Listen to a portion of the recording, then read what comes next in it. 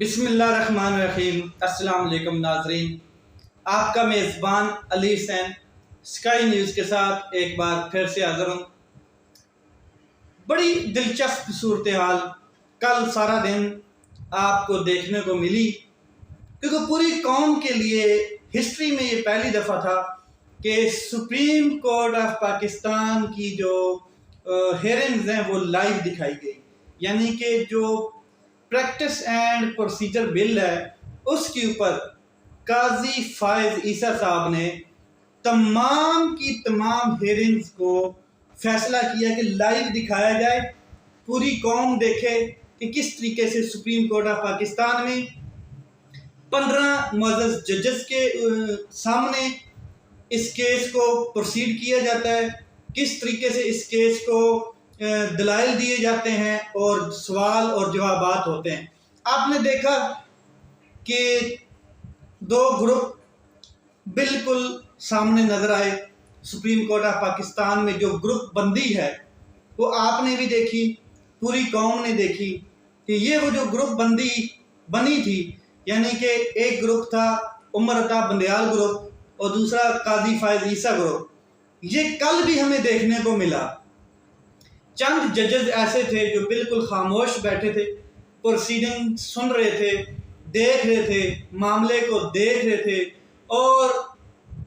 چند ججز ایسے جس میں منصور علی شاہ صاحب، جس میں اعجاز الحسن صاحب، جس میں مندو خیر صاحب، اور اس کے بعد چیف جسٹس خود پھر عائشہ ملک صاحبہ جو ہیں، انہوں نے سوالات جوابات کا سلسلہ بھی چلتا رہا اور اچھے خاصے ریمارکس بھی دیے ان ججز نے، وکیلوں کو آڑے ہاتھوں میں بھی لیا، ان کے اوپر سوالات چھوڑے بھی، اور دلائل بھی جو ان کے تھے وہ بڑے غور سے سن کے ان کے آگے سے کاؤنٹر میں جوابات دیے گئے یا سوالات کیے گئے۔ جسٹس منیب اختر صاحب، جنہوں نے کل آپ اگر کہہ دینا کہ ہیئرنگ آف دی ڈے یا مین آف دی ہیئرنگ جو کل کا تھا، وہ جسٹس منیب اختر صاحب نظر آ رہے تھے کہ مین آف دی ڈے۔ کل کے دن انہوں نے جس طریقے سے تمام وکلاء یا جو سامنے آئے روسٹرم کے اوپر اور کھڑے ہو کے انہوں نے دلائل دیے، بھلے وہ اٹارنی جنرل صاحب تھے، بھلے وہ کیا کہتے ہیں امتیاز صاحب تھے یا کوئی بھی، ان کو بھرپور طریقے سے منیب اختر صاحب نے آئین اور قانون کے شکنجے میں گھیر کے بڑے سوالات کیے، اور بڑا انٹرسٹنگ وہ ایک سینیریو تھا، بڑا ماحول تھا۔ سپریم کورٹ کے چیف جسٹس قاضی فائز عیسیٰ صاحب کل چاہتے تھے کہ کسی نہ کسی طریقے سے اس کے اوپر اس کے نتیجے پہ پہنچیں کہ اس بل کا، اس ایکٹ کا کیا فیوچر ہے، اور اس کو کیا سسپینڈ کیا جائے یا کیا کہتے ہیں اس کو جانے دیا جائے۔ جو ماحول تھا اس میں یہ لگ رہا تھا کہ آدھے ججز یہ چاہتے ہیں کہ یہ بل جیسے تیار کیا گیا یا ایکٹ تیار کیا گیا ہے اس کو یوں کہ توں چلتے رہنا چاہیے، کیونکہ جو جوڈیشری کے معاملات ہیں ان میں جو تبدیلی کی گئی ہے یا سپریم کورٹ آف پاکستان کے چیف جسٹس کے اختیارات میں جو تبدیلی کی گئی ہے، تو وہ کسی کے جو اختیارات ہیں وہ باہر نہیں کسی اور ادارے کو دیے گئے، بلکہ سپریم کورٹ آف پاکستان میں ہی رکھے گئے ہیں، اور تمام جو معاملات ہیں وہ بھی سپریم کورٹ آف پاکستان کے دائرہ میں ہی رکھے گئے، اور جو لیجسلیشن کا معاملہ ہے تو وہ سپریم کورٹ آف پاکستان نے ہی کی گئی ہے، وہ پارلیمنٹ نے ہی کرنی ہے، وہ کوئی اور ادارہ نہیں کر سکتا، چاہے وہ سپریم کورٹ آف پاکستان کی لیجسلیشن ہے، چاہے پاکستان کی کسی بھی اور ادارے کی یا مطلب کہ کسی اور معاملے کی لیجسلیشن ہے، قانون سازی ہے، تو وہ پارلیمنٹ نے ہی کرنی ہے۔ کچھ ججز یہ چاہتے تھے کہ یہ جیسے کہ جیسا معاملہ ہے اس کو اڑا کے رکھ دیا جائے، اس کے اوپر وہ کچھ ججز انٹرسٹڈ بھی نہیں نظر آئے۔ آپ نے دیکھا بالکل خاموشی سے بیٹھے سن رہے تھے،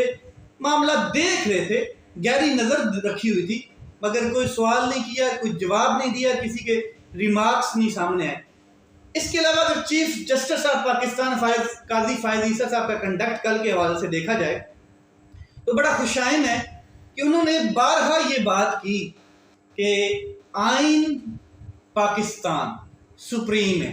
سپریم کورٹ آف پاکستان کے میں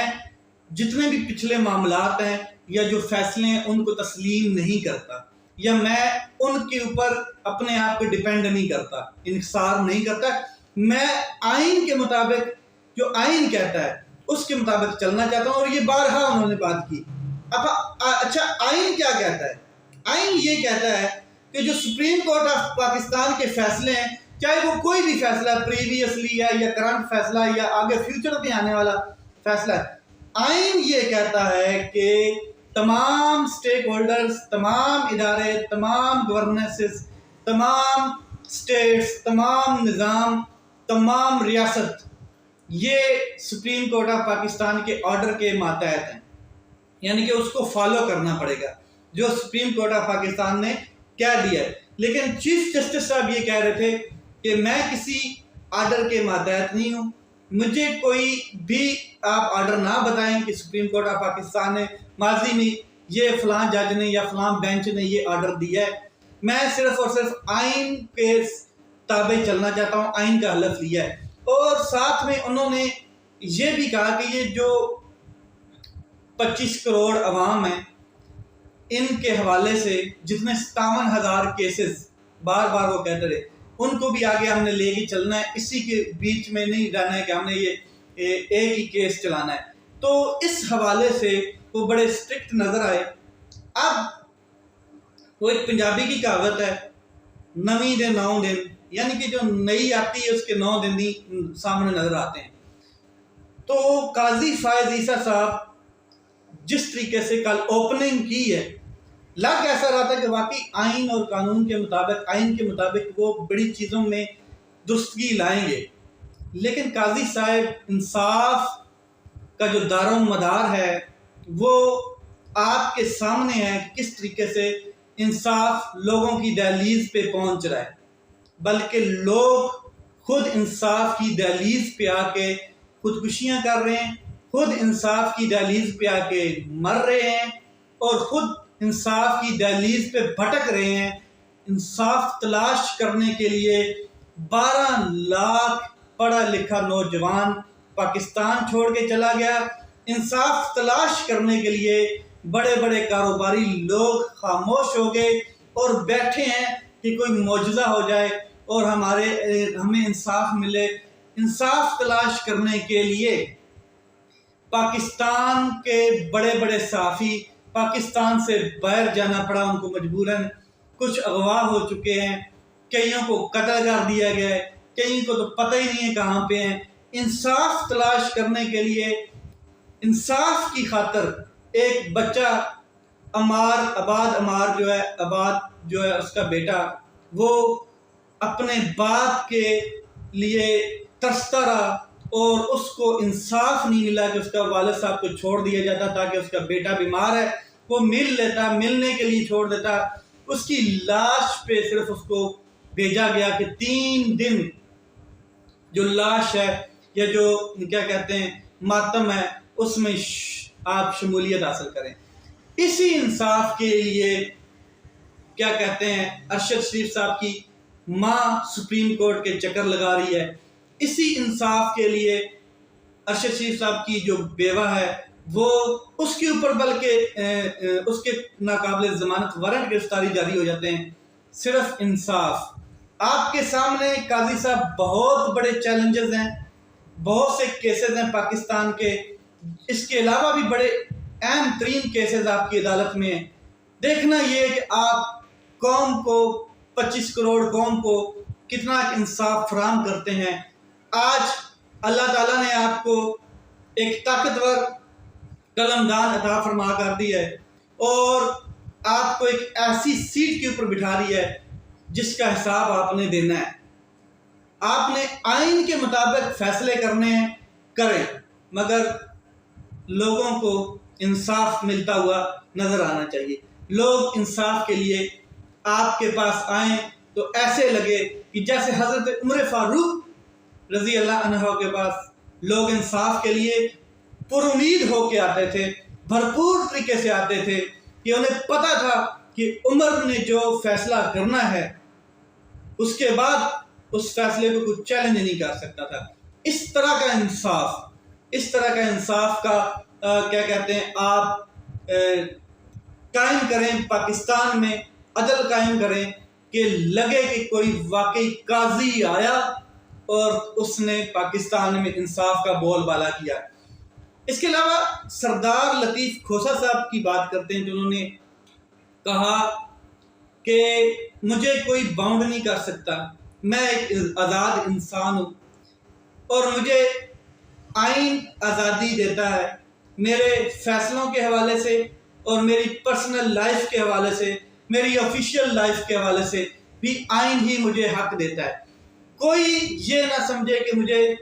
باؤنڈ کر لیا جائے گا۔